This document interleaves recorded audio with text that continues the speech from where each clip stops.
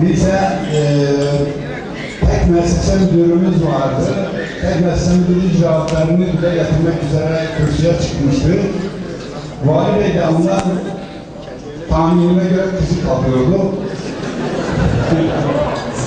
Şimdi o icraatlarını söylerken, efendim biz Erciş'te falan yerin elektriğini çekiyoruz. Bilmem nerede trafik patlamış onu yapıyoruz. Direkler de biliyoruz.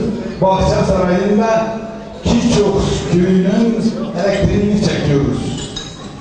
Nedir, ismi nedir dediniz? diye Vali Bey sordu. Efendim Kiçok. Ben bunun ismini soruyorum. Efendim böyle intikal ediyor. Niye geri çeviremediniz sizi aptallar? Öyle perişansınız onun için haliniz bu oluyor falan. Adam kurulu kaldı. Bahçesaray Kaymakamı dedi. Bahçesaray Kaymakamı da Selim Parlar Beyefendi yerim gelmişti. Şimdi şeyde zayıf idi o zaman. Neyse kalktı efendim dedi, bir haftadır ben göreve başladım. Ben bilemeyeceğim ama başkan burada. Ben de arka tarafta oturuyordum, konuşuyordum.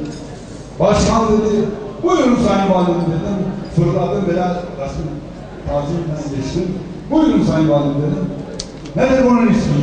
Dedim biz henüz ona isim takmadık Sayın Valim. Niye? Dedim o geçenlerde bir avcı tarafından vurulmuş, keşfedilmişti. 2-3 haneli Kırkaya'nın altında bir mezra edilmiş. Sormuş avcımız demiş, isminiz nedir? Demiş efendim, ismimiz Kiçok. Geldi söyledi bize, dedim Kiçok olmaz.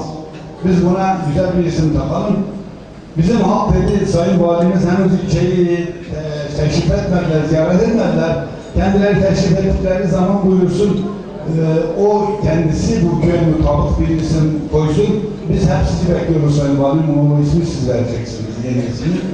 Ve halk çok mutlu oldu, Vali Bey de çok kızdı. Burada Sayın Valim, sizin kader de Abdülkadir Sarı Beyefendi de Van'da 4 yıl valilik yaptı. Şimdi o da sizin gibi çok büyük bir il bekliyordu. Maalesef bu sizin gibi şanslı olmadı. Kararname çıkınca kendisini merkeze aldılar.